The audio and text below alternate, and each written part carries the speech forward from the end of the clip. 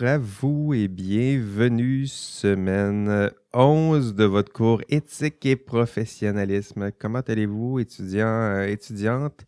Je vais bien. Ah, il fait beau dehors. On est le 10 novembre, puis 15 degrés dehors. Allez jouer dehors! Hein? Allez, allez jouer dehors. Ben, peut-être pas tout de suite. Là, on a un cours. En fait, on a une rencontre d'environ 45 minutes aujourd'hui.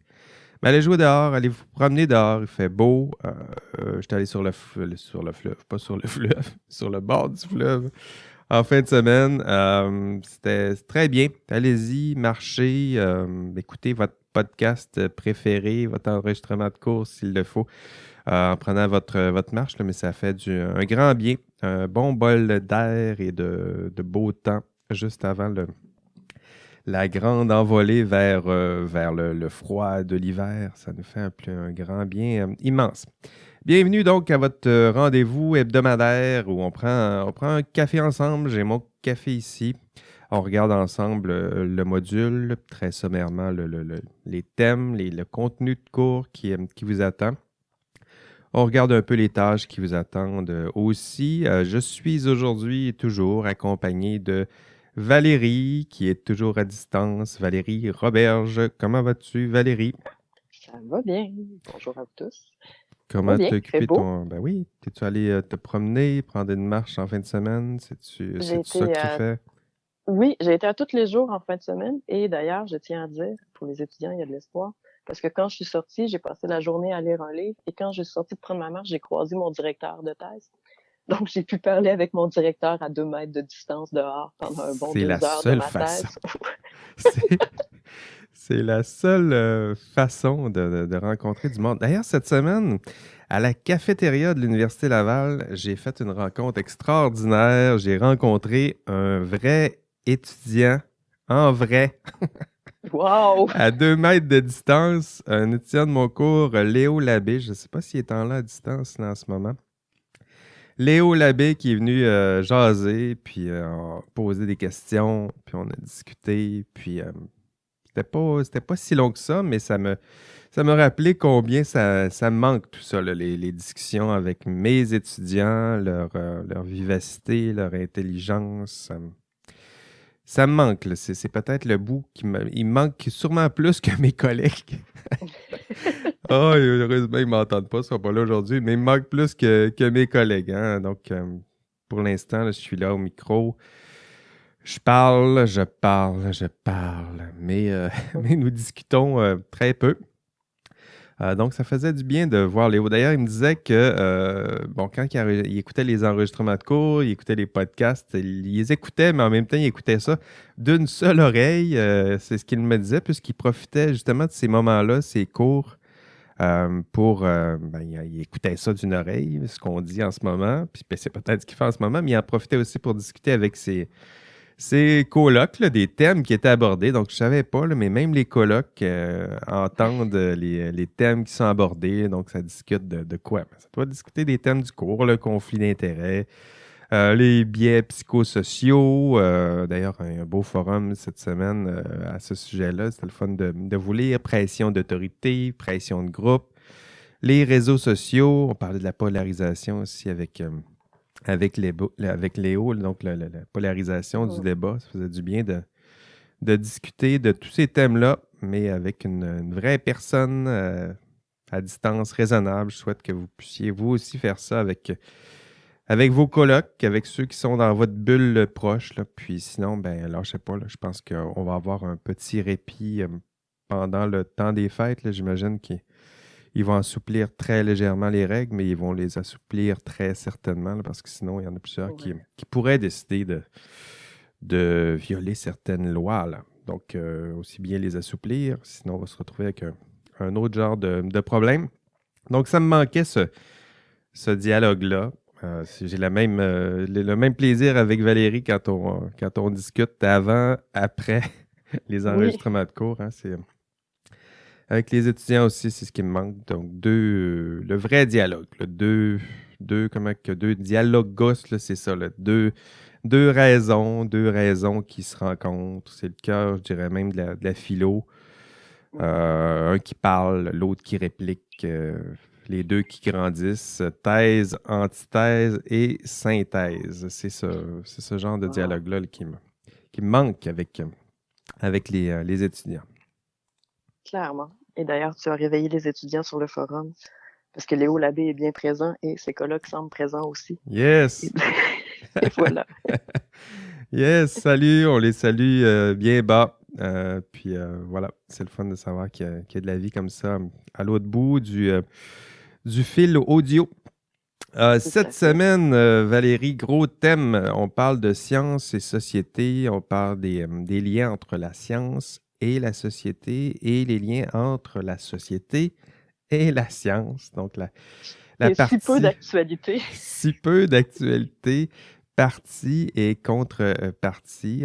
Donc, évidemment, on ne peut pas, vous l'avez vu là, avec la force des deux mots là, qu'on utilise, la profondeur, la richesse de ces deux mots-là, on ne fera pas le tour. Là. On ne fera pas le tour aujourd'hui, on fera encore moins le tour dans l'enregistrement de cours, mais il y a plusieurs des thèmes, au moins quelques questions que je voulais soulever en votre compagnie. Puis pour l'enregistrement de cours, j'ai décidé de cibler plutôt le lien entre société et science. Un peu science et société, mais surtout société et science. Puis c'est ce que je vous ai préparé un peu aujourd'hui. Les questions qui seront abordées dans ce cours, il y en a plusieurs. Le rôle social des professionnels en sciences et génie, hein, c'est-à-dire à titre de professionnel en sciences et génie, ça s'en vient.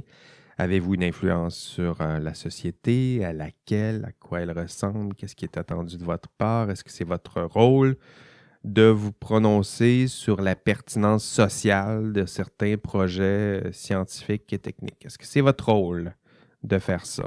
Est-ce que c'est votre rôle de défendre certaines valeurs de la société, défendre le bien commun? Protection du public, là, je pense que c'est bien passé, mais les autres, là, est-ce que c'est votre rôle de défendre le bien commun, l'environnement, la santé, une certaine conception de la qualité de la vie? Pouvez-vous vous contenter de confier à d'autres? Hein? Est-ce que vous pourriez juste vous contenter de dire, moi, là, je suis science et génie, mais je ne suis qu'un exécutant, là, puis je vais laisser à d'autres s'occuper des enjeux moraux et sociaux qui sont liés à ce que techniquement je suis capable de faire. Ben, si vous laissez les autres s'en occuper, ils vont s'en occuper. Croyez-moi. Hein? Donc, autre question que nous allons voir aujourd'hui, en fait, plus dans l'enregistrement de cours, mais ces thèmes-là, là, vous allez les voir, là, ils sont là aussi dans la présentation d'aujourd'hui. La science est-elle moralement neutre? Est-ce que ça se peut quelque chose qui ressemblerait à une science pure? C'est comme ça qu'on l'appelait, nous autres, à l'époque, là, quand j'ai fait mes sciences au cégep. Science pure, une science qui serait le coupé de la société. Est-ce que ça se peut tout ça? Est-ce que la société ne pourrait pas influencer, au contraire, la science? Hein? Pas seulement à quoi elle sert, la science, mais aussi le contenu de la science. Donc ça, c'est une partie de la démonstration que je fais dans l'enregistrement puis que je vais reprendre un peu aujourd'hui là, parce que c'est une partie encore plus délicate et peut-être insidieuse. Donc, la question, c'est votre rôle dans la société. Celui-là est plus facile, je dirais, conceptuellement à comprendre, mais c'est la partie réciproque là, qui est peut-être la plus difficile à saisir. Quelle est l'influence de la société sur le professionnel en sciences et génie? Donc, c'est cette deuxième partie-là là, que j'ai ciblée peut-être pour la présentation d'aujourd'hui, hein, c'est-à-dire votre influence sur la société. Celle-là est plus facile à reconnaître. Hein? Si vous êtes inscrit en sciences et génie, là, vous m'écoutez en ce moment, vous avez plein de belles intentions. Vous êtes inscrit dans plusieurs beaux programmes là, stimulants. Là. Vous êtes là pour quoi? Pour transformer notre monde, maîtriser un peu les grands éléments, là. Maîtriser la nature, maîtriser la matière, maîtriser l'énergie, tiens, c'en est un autre. Maîtriser le vivant. C'est pas rien. Construire le monde, construire des choses, construire un monde meilleur, baliser notre monde pour certains d'entre vous. Donc, la deuxième partie là, est plus difficile. Si la première est plus facile à voir, là, votre rôle envers la société, le rôle de la société, elle, son influence sur la science, celle qu'on vous enseigne ici à l'université, là, ben, ce côté-là est un peu plus difficile à cerner. Puis, j'ai pensé vous présenter ça aujourd'hui.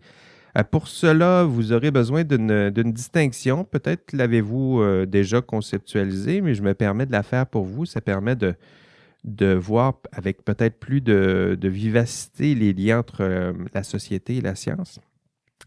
C'est-à-dire que pour reconnaître que la société a une influence sur la science, on a besoin de la distinction entre science et recherche. Donc ça, c'est dans ceux et celles là, qui font de la sociologie des sciences, qui s'intéressent à la science en tant qu'objet. Cette distinction-là, elle est là, elle est à l'œuvre depuis plusieurs dizaines d'années maintenant, mais je me permets de vous y initier, c'est-à-dire qu'il faut distinguer la science, donc, c'est-à-dire dont le contenu se veut coupé de la société, de la recherche, qui, elle, dont le contenu et le système de production de la connaissance est intimement lié à la société, à ses intérêts, à ses préconceptions, préjugements. Donc, puis le problème, c'est que la recherche est liée à la société, mais que la recherche éventuellement deviendra science et que là, vous allez retrouver des traces de ces liens sociaux-là à travers la science, mais via le biais de la recherche. C'est un peu dense ce que je vous dis, mais je vais me permettre de l'expliquer, l'expliciter un peu. D'abord, la science. Donc, la science, celle-là, là, vous la connaissez bien, en fait, depuis que vous êtes très jeune. Donc, si vous aimez la science, depuis que vous êtes très jeune, c'est ça que vous aimez. Là. C'est-à-dire que vos acteurs préférés, là, c'est le scientifique, c'est celui que vous voyez à découverte, c'est le Martin Carly de ce monde. Là. C'est-à-dire que pour lui, la connaissance, elle est plutôt certaine, objective, elle est assez froide, elle est peu changeante. Évidemment apolitique, c'est-à-dire que Martin Carly ne vous parlera pas des liens entre la science et la société.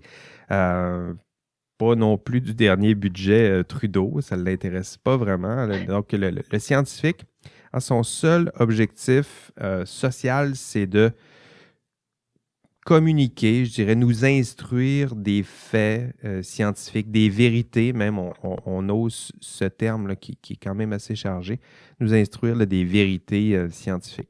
Donc, c'est la conception de la science que vous trouvez. Ben, vous la trouvez où, cette conception-là? Vous la trouvez dans vos textbooks. Là. Si vous retournez derrière vous, il y a sûrement une bibliothèque pas loin. Là. Regardez vos textbooks de science. Là. C'est exactement ce à quoi je pense, c'est-à-dire une science qui se prétend neutre, objective, qui a intentionnellement filtré les liens sociaux, les liens, les joutes peut-être entre les différents chercheurs. Et à la fin, ce qu'on a, c'est évidemment un contenu objectif, froid, asocial, apolitique, mais il faut voir que derrière tout ça, il y a un processus là, qui a tenté de chasser ces différentes traces, là, mais attention, hein, ces ouvrages, on donnera plusieurs exemples plus tôt, là, même s'ils essaient méthodologiquement d'enlever ces traces-là sociales, il en reste plutôt quelques-unes, et je vous donnerai quelques exemples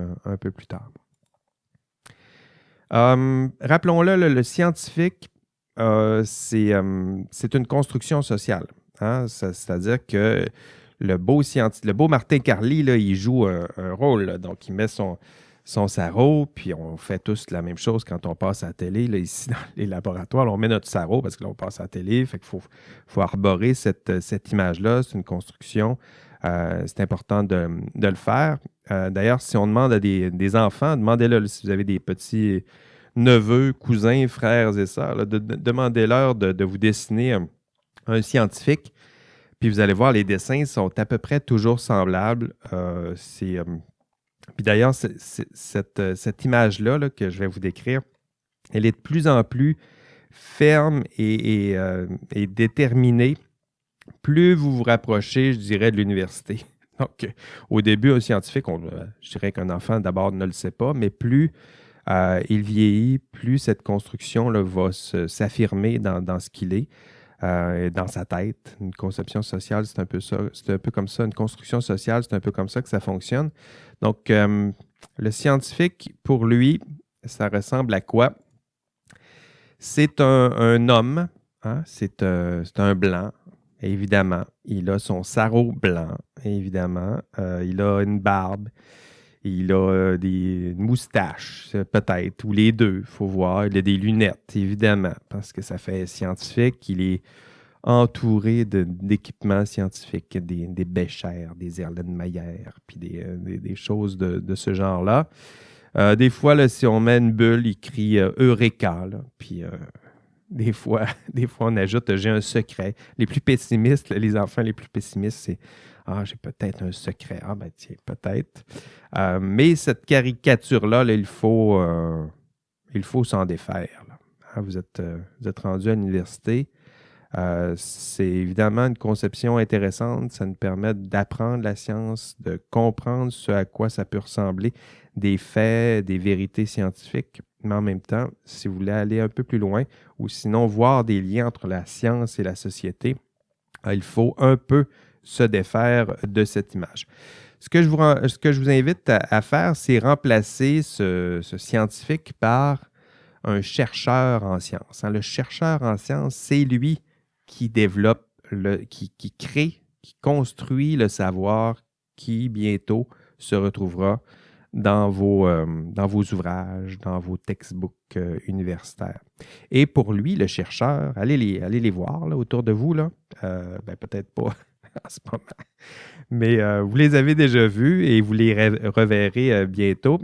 Pour eux, là, le lien entre science et société, il est plus évident. Hein? C'est-à-dire que pour lui, le chercheur, la connaissance, elle n'est pas certaine. Hein? C'est très incertain pour un chercheur lorsqu'il regarde le savoir. Tout pour lui est incertain et questionnable. Il doute de tout. Sa connaissance est-elle objective? Pas du tout. Hein? C'est une connaissance qu'on appelle subjective, mais au sens propre, là, c'est-à-dire subobjective, c'est-à-dire qu'elle est liée à un sujet. Un sujet là, au sens une personne souvent humaine, là, c'est-à-dire que le chercheur, lorsqu'il va vous citer des faits scientifiques, pour lui, il va rattacher ces faits-là à qui? À une équipe de recherche, à un article publié par tel auteur. Puis, donc, il y a un lien là, qu'il fait entre une affirmation d'un savoir, un consensus même, mais qu'il va appuyer avec différentes personnes. Pour lui, avec différents auteurs. Pour le chercheur, la science, elle est chaude. Hein? Chaude au sens où elle est changeante. Il fait partie de ce changement-là.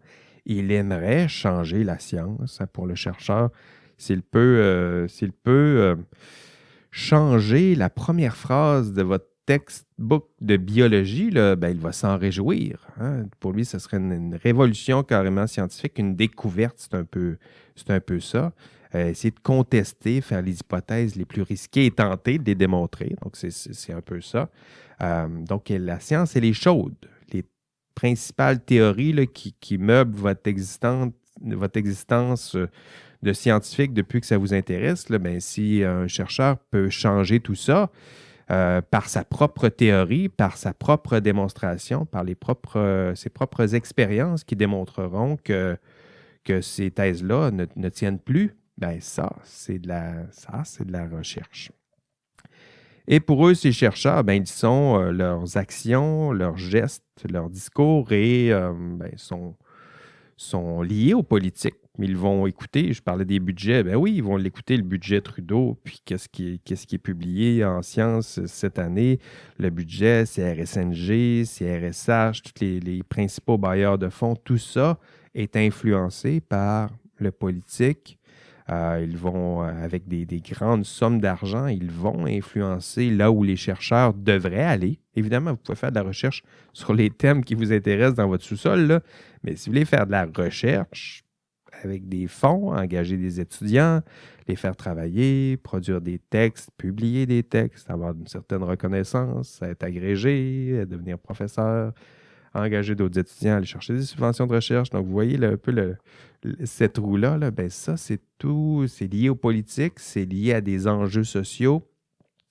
il y a certains thèmes qui peuvent être ciblés par le politique, puis tout à coup, ben, la recherche se développe dans ce système. C'est pas que c'est plus intéressant d'un point de vue intellectuel, c'est plutôt de l'ordre que désormais, c'est financé parce que ça répond à certains besoins, intérêts, projets sociaux. Hein. Regardez où s'en va l'argent en ce moment et je vous dirais, regardez où va l'argent, puis vous allez savoir où va la recherche en ce moment. Ben, c'est quoi en ce moment? C'est intelligence artificielle, c'est optique photonique, c'est les données massives, c'est COVID-19. Tiens, voilà un bel exemple.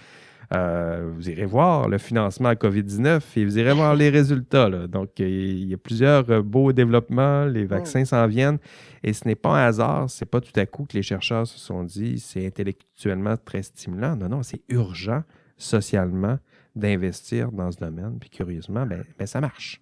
Hein? Donc, la société s'influence, s'immisce dans le cours de la science de cette façon. Pour saisir donc les liens entre la société, vous devez faire cette distinction. Hein? La science est d'abord de la recherche. Et cette recherche est liée à des enjeux sociaux. Elle est influencée par la société et ses traces ne seront jamais totalement effacées de la science. En gros, là, c'est même cette science là, que vous pensez peut-être coupée de la société, vous l'avez étudiée, vous regardez votre textbook, puis vous vous dites, ben, il n'y a pas vraiment de politique, il n'y a pas de lien social, il n'y a pas de valeur là-dedans, il n'y a pas...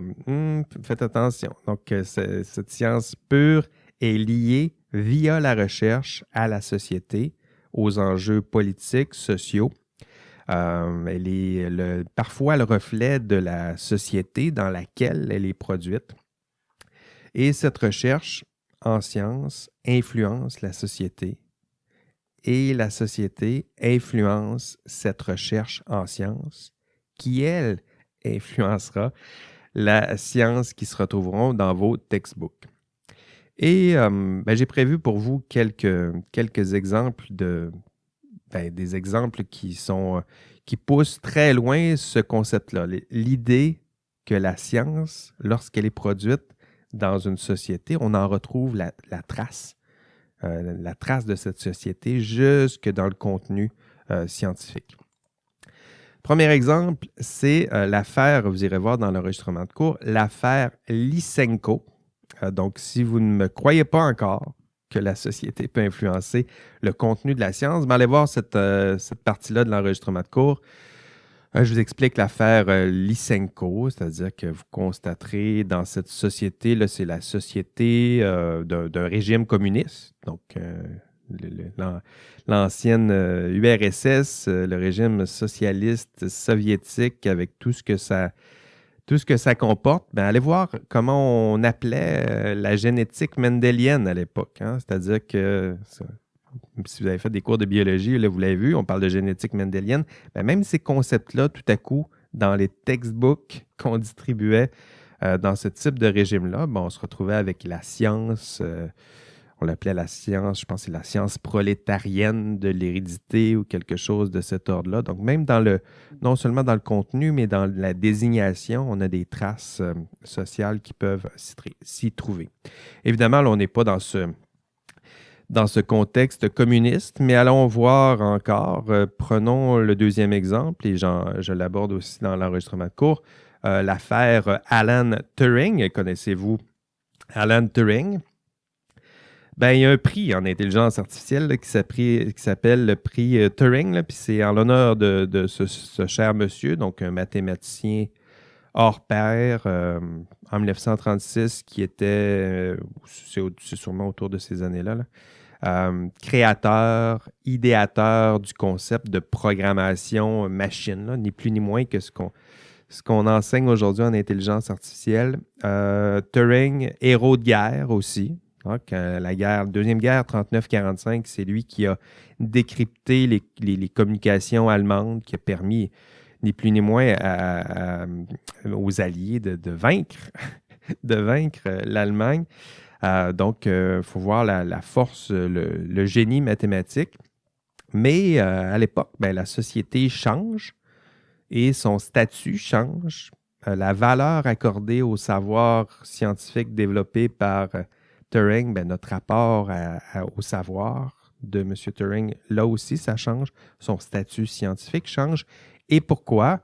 C'est parce qu'à l'époque, il est condamné pour homosexualité. Hein? On condamne ça à l'époque. Aïe, aïe, aïe. En prison, Turing va accepter sa condamnation et sa condamnation, c'est une castration chimique. C'est comme ça qu'on réglait ce problème, entre guillemets. J'espère que vous le comprenez bien. Donc, les travaux du chercheur sont écartés. La science change, les travaux sont écartés, seront carrément exclus du champ consensuel de la science. Et autre rebondissement, la société change à nouveau. Puis, en 1990, excuse publique à son endroit. Les années 2000-2010, progressivement, la société change encore. Il devient progressivement un modèle, je dirais, de toutes les minorités de genre, évidemment. Donc, LGBT, etc. Donc, tout à coup, Turing redevient le héros moderne. Il y a même un film, peut-être avez-vous vu le film hollywoodien qui traite de l'affaire Turing. Et pourquoi tout ce chemin? Parce que la société, les chercheurs sont des humains, ils sont influencés par leur père, ils sont influencés par la société dans laquelle ils vivent, ils créent leur recherche et éventuellement, cette recherche influence le cours et le contenu de la science qui se retrouvent dans vos textbooks. Donc, la science n'échappe pas à l'influence de la société. Vous ne me croyez pas encore? OK, j'ai d'autres exemples. Celui-là, c'est un de mes préférés. C'est le tableau de classification des espèces de Carl von Linné. Hein, le tableau Linné, là. Avez-vous déjà vu ça? Oui, c'est beau, mais vous irez voir la partie du grand tableau. Le tableau Linné, là, pour ceux qui le connaissent mal, là, c'est un tableau qui, sur un grand tableau, on voit l'ensemble des différentes espèces et règnes du vivant. Donc, il y a plein de mots, de beaux mots en latin là-dessus. Là. C'est le fun. C'est un travail important, colossal, qui a tout divisé le vivant, mais vous irez voir la partie où il parle des races humaines. Les races humaines. Et après, vous me direz que sa conception de la vie ou la société dans laquelle il vivait, que vous me direz que ça n'a pas influencé sa classification des espèces ou des races humaines plutôt. Essayez de ne pas rire, OK? Lorsqu'il parle des Americanus, les Americanus, c'est qui? Ils sont rouges, ils sont colériques et ils sont droits. Donc, je pense qu'on parle de nos communautés amérindiennes. Donc, il ne prend même pas le temps de regarder ce qui se cache derrière leur maquillage rouge. Puis voilà, leur peau est rouge, ils sont colériques et droits. Et après, vous regarderez ce qui se dit sur le racisme systémique. Aujourd'hui, il y a quand même des bons. Là. C'est un dossier qui stagne en ce moment, mais il y a quand même une évolution qui a été faite. Les Européus, ce sont des Blancs sanguins et musculaires. Oui, évidemment, c'est les Caucasiens, sont musculaires, tout le monde le sait. Regardez autour de vous. Vous allez juste voir du muscle. Du muscle. Asiaticus, ils sont jaunes, pâles et mélancoliques et rigides. Eh bien, on en apprend. Et les affaires. Ils sont noirs, ils sont flegmatiques et décontractés. On dirait une description d'Obama, ça n'a aucun sens. Donc, la société influence parfois le cours ou le contenu de la science, et ça en est un exemple intéressant. Il y en a d'autres, des exemples. Peut-être un dernier là, un peu plus subtil. C'est intéressant aussi. En reproduction. Donc, si vous aimez la biologie de la reproduction, prenez n'importe quel textbook de biologie de la reproduction, puis vous irez lire le langage utilisé, sinon le récit là, pour parler de l'embryon et du spermatozoïde.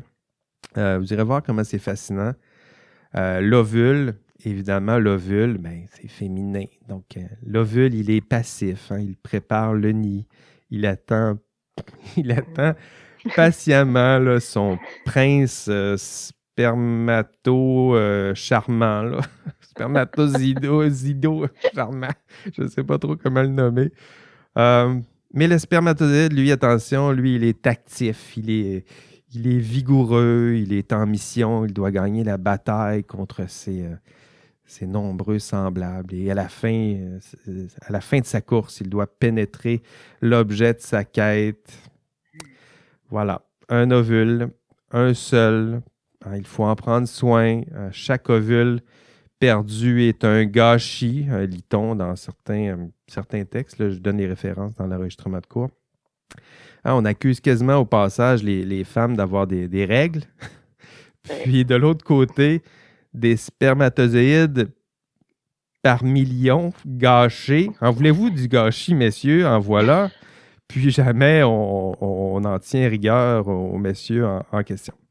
Du calme, tout le monde, ce ne sont que des gamètes et rien de plus. Hein, le reste, c'est du langage, c'est des histoires, c'est notre façon de raconter la science, d'expliquer la science, comment comprendre, expliquer ce que font, ce que sont ces gamètes. C'est ça qu'on laisse là aussi des traces de notre époque, de nos préjugés, de nos préconceptions, tout ça. Et question découlant de tout ça, peut-être la question la plus importante, si on accepte le fait que la science porte des traces de la société dans laquelle elle est conçue, construite, développée, bien, la question, c'est la suivante. Quelles sont les valeurs? Posez-vous-là cette question-là.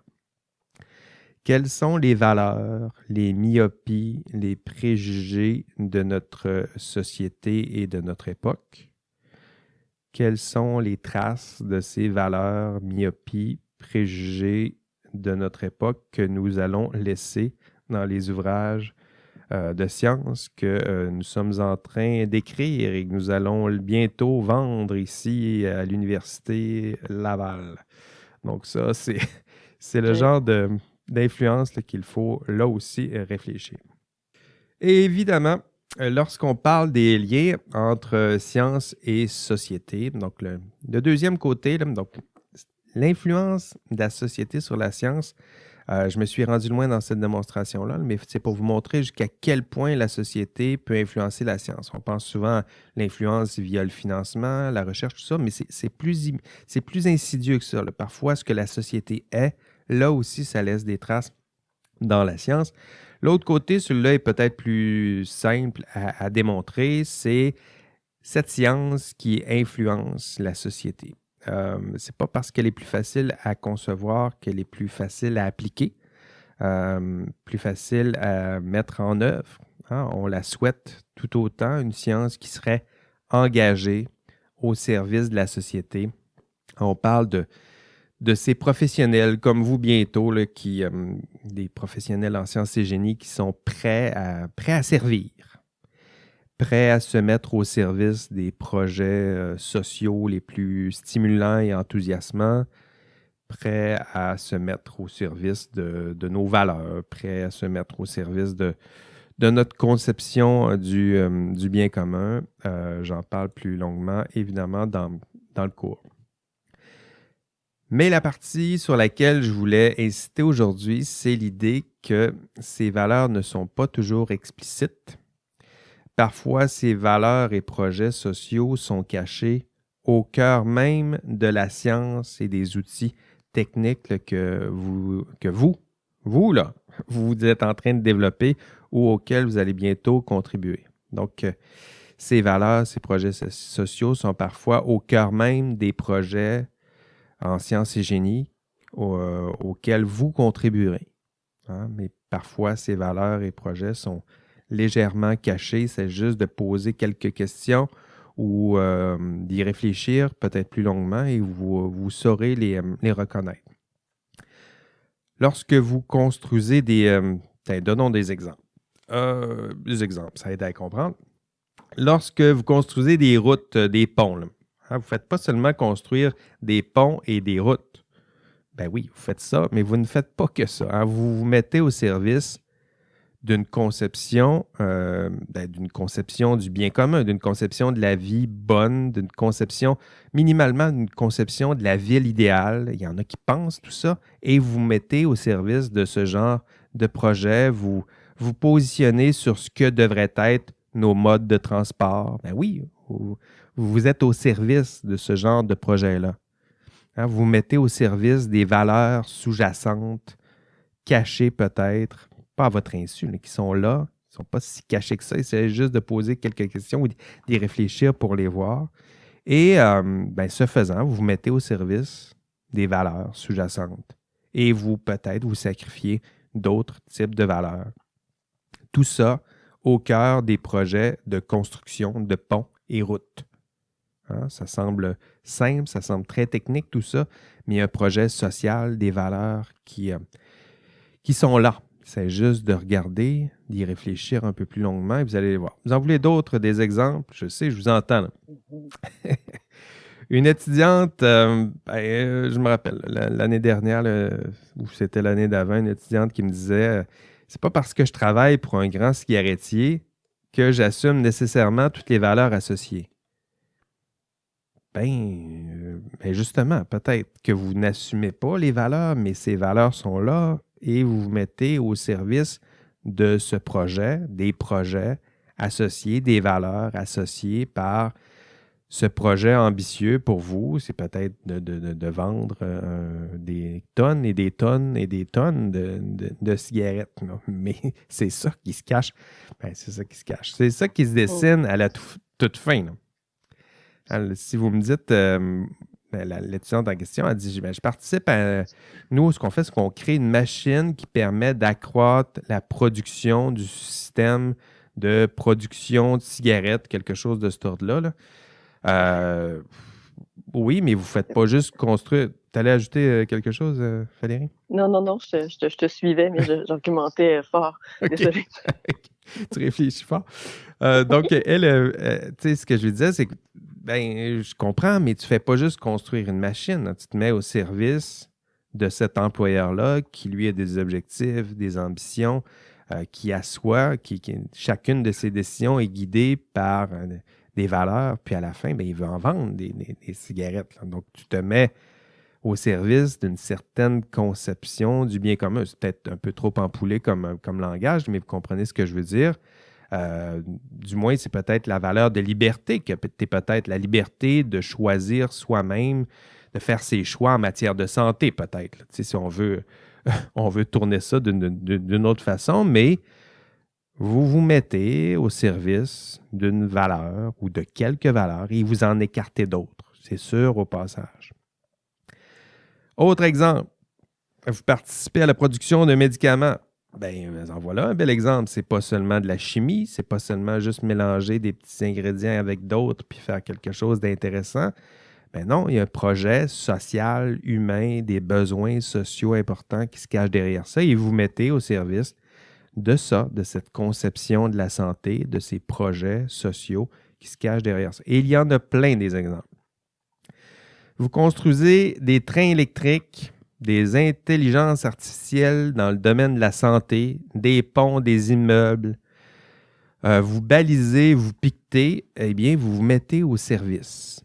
Au service de qui et au service de quoi? Mais c'est ça les vraies questions qui se cachent derrière ça.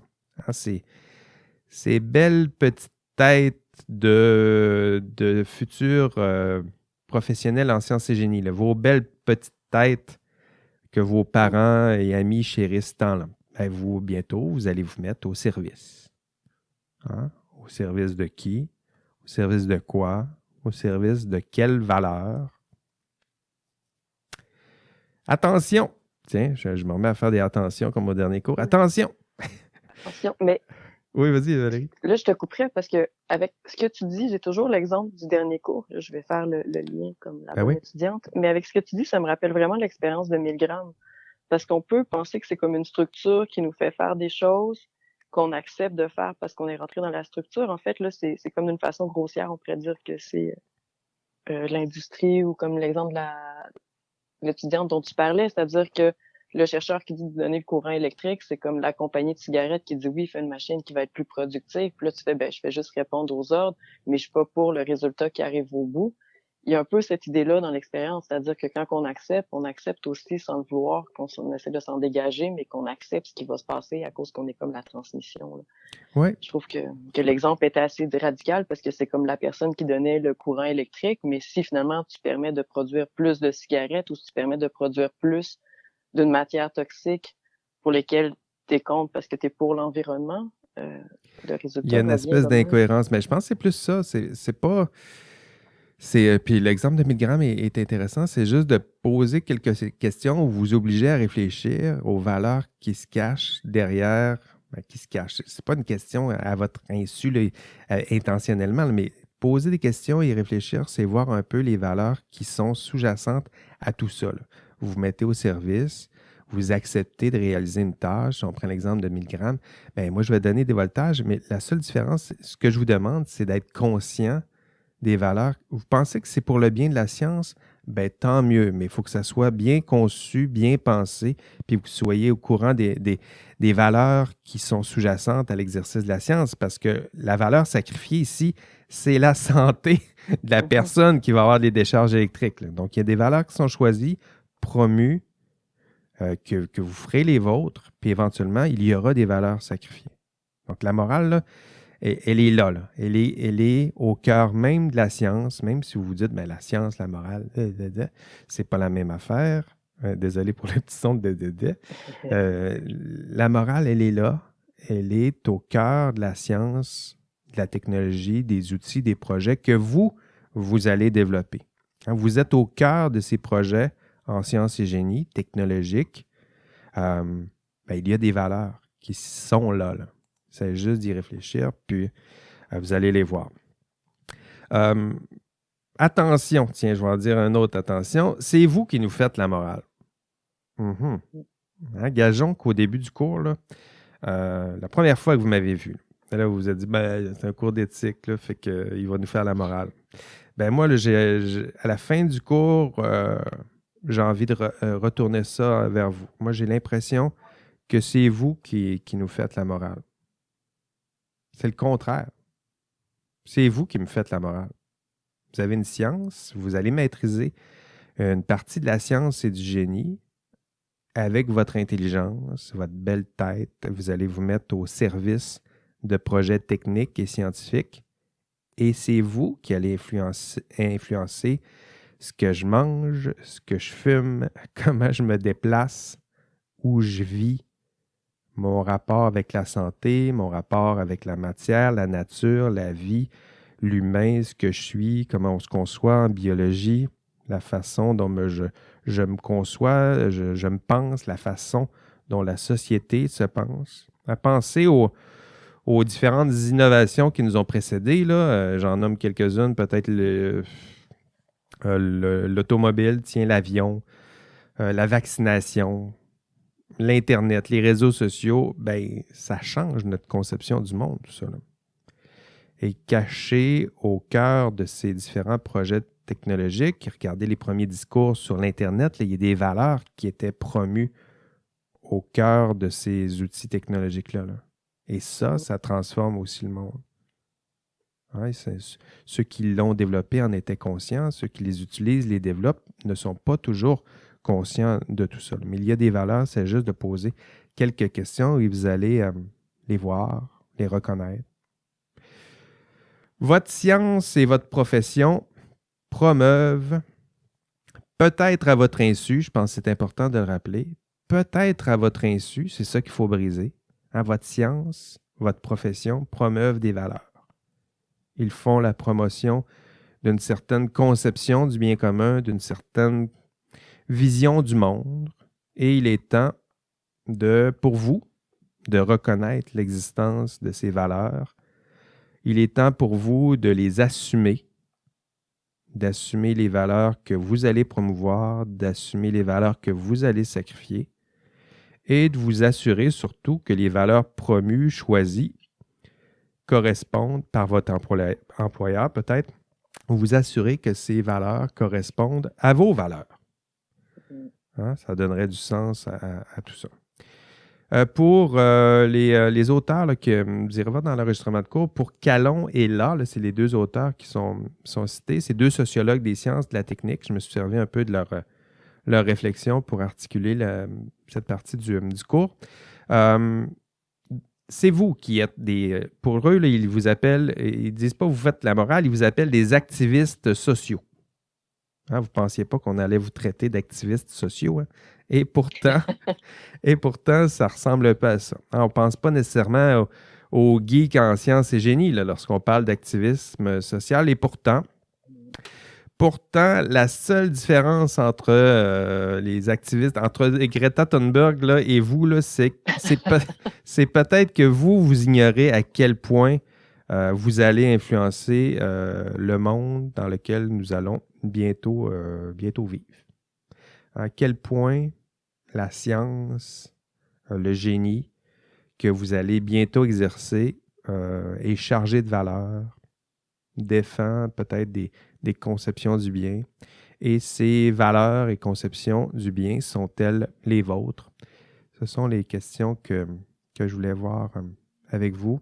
Quelles sont les valeurs que vous souhaitez promouvoir au cœur des sciences et du génie? Exercerez-vous votre science en ignorant les valeurs qui s'y cachent? Il y en a certains qui peuvent peut-être se contenter de ça. Là. Je serai un exécutant, puis je me mets au service, puis les valeurs, ça m'intéresse plus ou moins. Puis peut-être que vous vous mettrez aveuglément au service d'un employeur, de projets, peut-être à votre insu, qui ne correspondent pas à vos valeurs si vous ne posez pas quelques questions ou un temps de réflexion supplémentaire. Ou au contraire, c'est du moins vers cette direction-là que je pointe depuis le début du cours, là. Peut-être exercerez-vous cette science et ce génie en vous assurant que les valeurs, on y revient, que les valeurs promues à travers vos faits et gestes soient, que votre rôle, hein, que ces valeurs soient les vôtres, que votre rôle puisse de fait contribuer à à quoi ça servirait? Ben, ça serait à construire. Vous en avez le pouvoir. Là. Donc, construire une société qui ressemble à celle dans laquelle vous voulez vivre et non pas vous mettre au service de projets qui vont justement à l'encontre de la société dans laquelle vous voudriez vivre. Ce ne serait pas le plus absurde les plus absurdes des décisions, ça, que de vous mettre au service d'employeurs, de projets qui vont à l'encontre de vos propres valeurs. Que ferez-vous, chers étudiants, pour influencer, transformer la société de demain? Hein? C'est vous qui en avez le pouvoir. Puis, ce pouvoir engendre de grandes responsabilités, comme disait ce vieux philosophe. Donc, vous en avez le pouvoir. À la fin du module 11, les objectifs, il y en avait plusieurs dans ce module. Maîtriser les termes déterminisme technologique et neutralité morale. Donc ça, ces termes-là, là, je ne les ai pas définis en tant que tels, je les définis dans l'enregistrement de cours, mais ces deux concepts-là là, ont influencé ce cachet là aussi dans ma présentation d'aujourd'hui. Être capable d'énoncer les principaux arguments qui permettent de déconstruire ces mythes, c'est aussi dans l'enregistrement de cours, mais il y a une partie de la démonstration, vous allez le voir, qui était faite dans la présentation d'aujourd'hui. Vous devriez être capable, j'ai peut-être plus insisté là-dessus, identifier les valeurs, les idéaux, les projets sociaux, environnementaux promus dans les projets scientifiques et techniques auxquels vous contribuerez. Donc, être capable de faire ça, là. Identifier à quoi ça ressemblera ce que vous allez faire technologiquement en sciences et génie, puis quelles sont les valeurs, projets sociaux qui sont là. Peut-être cachés, mais au cœur des projets techniques. Vous les pensez uniquement techniques, mais il y a des valeurs. Cette transition-là, être capable de reconnaître peut-être les conséquences sociales qui découlent de votre activité. Donc, faire les liens entre vos activités et les valeurs et projets sociaux qui s'y cachent. Et tout ça, là, vous allez pouvoir vous exercer dans les forums. Il y a une question qui est explicitement liée à ces deux derniers objectifs. Date importante. Attention, Changement. on change de régime. Valérie, tu as commencé ta tournée des TP2? Oui, j'ai commencé. Je me Puis, promène en zigzagant. Il y a certains qui reçoivent des courriels pour leur dire que j'ai juste accès à leur TP1, que j'ai pas accès à leur TP2. eh bien, Où est leur TP2? Ensuite, voilà, il y a des petites choses comme ça. Mais sinon, ça va bien, là. Ça va bien jusqu'à date. Je fais surtout des petits commentaires. Certains sont plus avancés que d'autres, hein. Je pense que c'est ça. Le 12 jours laisse l'effet de 2 semaines. J'ai l'impression qu'on va avoir un bon rush en fin de semaine prochaine et l'autre aussi. ben, Voilà. c'est ça. C'est votre horaire, vous en êtes libre, mais il y a des risques à ça. Plus on arrive proche de la date butoir, il y en a certaines équipes là, qui commencent à paniquer, il y a certaines équipes qui éclatent et c'est un peu ça qui arrive là, lorsqu'on restreint les échéanciers comme ça. On dit on va faire ça dans les 12 derniers jours. Oui, mais disons qu'on accroît aussi les risques qu'il y a des conflits, tensions, abandons des fois. Je parle comme ça, là, mais j'ai des histoires en tête. Oui, moi Donc, aussi j'en ai que je connais. voilà, on parle de la même histoire. Donc, 12 jours, c'est ce qui vous reste. 12 jours, c'est quoi? C'est 2 samedis, 2 dimanches. Moi, j'aime ça calculer comme ça. Je suis sûr que vous aussi, ça vous donne un peu idée là, de ce qui vous reste à faire. Ça se règle aisément en 2 samedis et 2 dimanches. Hein? Mais il faut travailler les 2 samedis et les 2 dimanches. Les 2 OK? dimanches, oui. Et ça se peut qu'on puisse pas vous répondre les 2 samedis, les 2 Ça dimanches à se vos peut que le courriels. samedi, je décide de prendre un café au lieu de vous répondre à vos demandes. Ça se peut, ça aussi. Autre date importante, examen. Ben oui, dans 21 jours. Donc, le 1er décembre, 21 jours, c'est combien? C'est 3 samedis et 3 dimanches. Eh oui, ça va vite, vite, vite. Winter is coming. L'hiver approche. En effet, ça s'en vient. C'est fou. C'est fou. Voilà. C'est tout pour cette semaine. Merci d'être là chaque semaine. Merci, un beau groupe encore cette semaine. Merci Valérie d'avoir été là cette semaine, d'avoir écouté activement et m'avoir retourné quelques rétroactions sonores. Écoute, merci à toi et surtout des si petites questions à méditer un peu cette semaine et à étudier. Hein. Quelles sont vos valeurs? Qu'allez-vous faire? Comment allez-vous nous influencer? Je vous l'avais dit, ce cours-là, il y a une dimension. Corsé. Il y a une dimension existentielle. Là. C'est sûr que ça prenait un café bien corsé là, pour être là pendant toute l'heure cette semaine. Merci de votre patience. La semaine prochaine, on se revoit pour prendre pas un dernier café. Il y en aura un autre plus tard lors de la révision. Mais la semaine prochaine, nous examinerons ensemble les grandeurs du système professionnel et les misères aussi du système professionnel. C'est-à-dire qu'on va faire ensemble une vraie critique là, en règle, c'est-à-dire défense et critique du système professionnel. Vous irez lire les textes en prévision. Sinon, on en discute la semaine prochaine. D'ici là, prenez soin de vos proches. Soyez patients, courageux et prenez soin de vous. Allez, bye bye.